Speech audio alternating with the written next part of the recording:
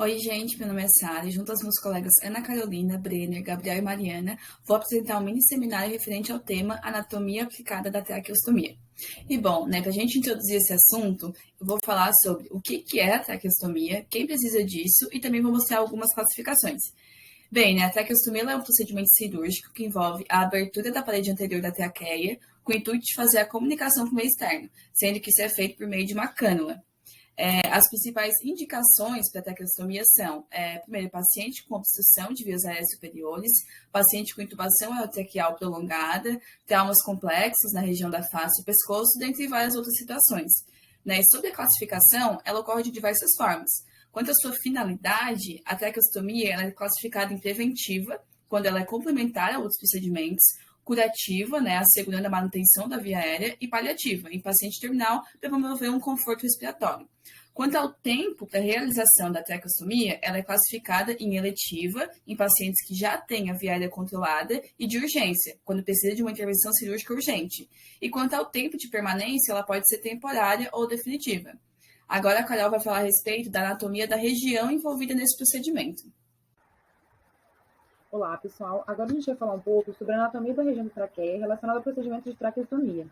A traqueia ela é um tubo de 10 a 11 centímetros de comprimento, composta por cerca de 18 a 22 anéis traqueais cartilaginosos semicirculares, que medem cerca de 20 milímetros cada e que envolve a traqueia anteriormente e lateralmente.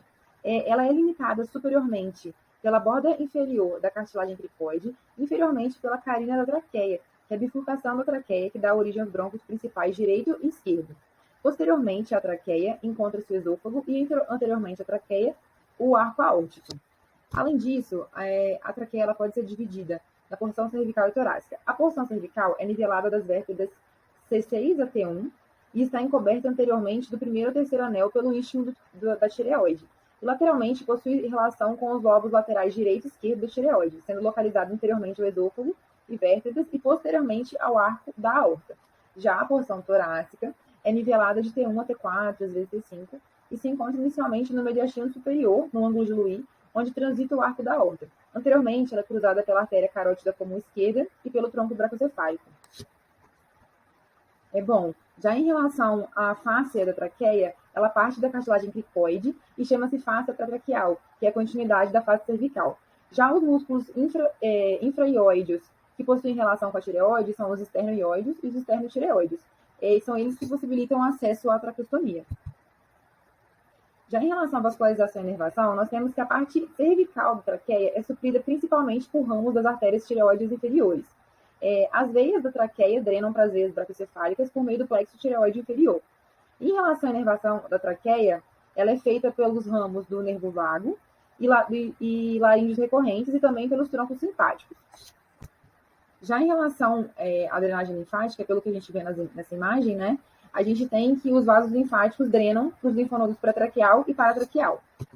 Aí, além disso, a gente tem que ressaltar que algumas estruturas têm que ser cuidadas no procedimento de traqueostomia. São elas o nervo laríngeo recorrente e as veias tireoides inferiores.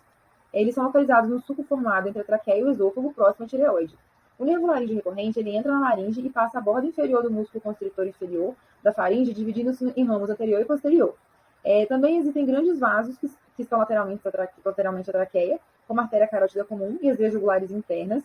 As veias jugulares anteriores, elas não são estruturas paratraqueais, mas podem ser lesionadas nesse procedimento. E, além disso, existe o tronco bracocefálico, que cruza da esquerda para a direita, anteriormente à traqueia, ao nível da abertura torácica superior, situando-se posteriormente ao externo. Já a glândula tireoide, ela situa-se anteriormente à traqueia, com um lobo de cada lado, e o istmo cruzando essa estrutura aproximadamente ao nível do segundo e terceiro anéis traqueais. Esse tecido é muito vascularizado. Agora, falando rapidinho da anatomia de superfície, a gente tem algumas regiões que devem ser palpadas, demarcadas antes do acesso cirúrgico, e são elas a borda superior da cartilagem tireoide, a membrana cricotireoide, a borda inferior da cartilagem cricoide e a fúrcula external. E a partir da demarcação dessas regiões, pode ser realizado o procedimento cirúrgico. Bom, agora falando da técnica em si, primeiramente deve ser separados os materiais, e esses materiais vão variar conforme a disponibilidade e também conforme a preferência do cirurgião. E alguns itens básicos são, então, os EPIs, o anestésico local e seringa, uma pinça, um cabo de bisturi, porta-agulha e fio de sutura, e, especificamente nesse caso, as cânulas traqueais, sendo que o tamanho das cânulas vai variar também com o tamanho do paciente. A posição é de decúbito dorsal, com coxim sobre os ombros, como vocês podem ver na imagem aí, para gerar, então, a hiperextensão do pescoço. Em relação ao procedimento, é feita, então, a antisepsia do local, colocando também um campo cirúrgico fenestrado na região. A anestesia deve ser feita por planos, com lidocaína e um vasoconstritor, e o local de incisão deve ser determinado pelos pontos anatômicos, sendo que essa incisão ela pode ser horizontal ou vertical, de aproximadamente 2 a 3 centímetros de extensão, compreendendo a pele e tecido subcutâneo. Quando ela for horizontal, que é mais para cirurgias eletivas, essa incisão deverá ser localizada no meio da distância entre a cartilagem cricóidea e a fúrcula external. Agora, quando ela for vertical, ela deve estar localizada entre a borda inferior da cartilagem cricóidea, indo em direção ao externo. Após isso, deve ser feita também a abertura da ráfia mediana, com o afastamento dos músculos pré-tiroidianos e a exposição do istmo da glândula tireoide. O istmo poderá ser, então, ou afastado ou seccionado entre duas pinças para que haja, então, a exposição da traqueia.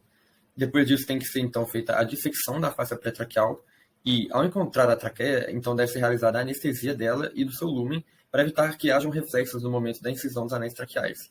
Essa incisão dos anéis pode ser feita em diferentes alturas da traqueia, sendo que o mais comum é entre o segundo e o terceiro anel. E vale ressaltar que essa incisão ela pode ser feita de várias formas. Por exemplo, horizontal, forma vertical, forma em cruz e várias outras. E depois disso, então, deve haver a introdução da cânula endotraqueal, que é inicialmente um ângulo de 90 graus com o eixo traqueal. E depois disso é feita, então, a rotação dessa cânula até que ela se posicione no próprio eixo traqueal. Após isso, deve ser insuflado o cuff e deve ser checado, então, o posicionamento e a eficácia do tubo para, por fim, haver a fixação dele com o enrolamento de um cadarço ao redor do pescoço do paciente para fixar. Agora, falando rapidamente da traqueostomia percutânea, que é uma técnica alternativa que vem sendo utilizada e que consiste na inserção de uma agulha a 45 graus com a pele e a passagem de um fio guia e um pequeno dilatador, sendo que esse dilatador é trocado por um dilatador cada vez maior até que haja espaço para que seja feita a passagem da cânula de traqueostomia. Olá, gente. Agora nós vamos falar um pouco sobre os cuidados do pós-operatório da traqueostomia. No pós-imediato, o paciente deve ser monitorado e deve ser realizada uma radiografia para avaliar a distância da cânula em relação à carena. A pessoa também deve ser posicionada com o decúbito elevado entre 30 e 45 graus, com a cabeça de forma a não ocluir a traqueostomia. A frequência de higienização do estômago no dia vai depender da presença ou não de secreção e complicações do paciente. A limpeza da pele peristoma deve ser feita, já a subcânula deve ser esterilizada e limpa internamente, retirando toda a secreção. Quando a fixação do traqueóstomo, sempre que ela se encontrar suja, ou então após o banho, ela deve ser trocada. Já em relação à troca da cânula, a frequência de troca da metálica é a cada 30 dias e da plástica até 14 dias. Quanto à modificação, ela deve ser realizada para manter a umidade e a temperatura do ar inspirados, essenciais para a fluidificação da secreção. Sem ela, a secreção se torna mais espessa, sendo mais difícil eliminar pela tosse, aumentando o risco do seu acúmulo e obstrução do túbulo. Já em relação à aspiração de secreções, ela deve ser realizada nos casos em que o paciente é incapaz de percutar as secreções por conta própria e ela é feita pela aplicação de sucção no trato respiratório. Falando agora um pouco sobre as complicações, as mais recorrentes são obstrução do túbulo por acúmulo de secreção, como vemos na imagem, e o sangramento que pode ocorrer durante o procedimento ou no pós-operatório. Ele vai ocorrer basicamente por lesões dos vasos do istmo da tireoide e vasos da veia jugular anterior. Também pode ocorrer lesões na traqueia ou no esôfago, formando uma fístula traqueosofágica, e também o posicionamento extraluminal, formando um falso trajeto. Também pode ocorrer a estenose traqueal, uma obstrução da região interna da traqueia, como vemos na imagem ao lado, estando correlacionada com a lesão da mucosa respiratória. Por fim, também pode ocorrer a lesão do nervo laríngeo recorrente, que pode levar à disfonia do paciente. E agora, para finalizarmos o seminário e também o procedimento da traqueostomia, falaremos rapidamente da decanulação, que é um processo baseado na remoção da cânula da traqueia do paciente, realizado assim que possível após a resolução do quadro que levou à traqueostomia. Não é um processo simples e é realizado por vários profissionais ao longo de alguns dias.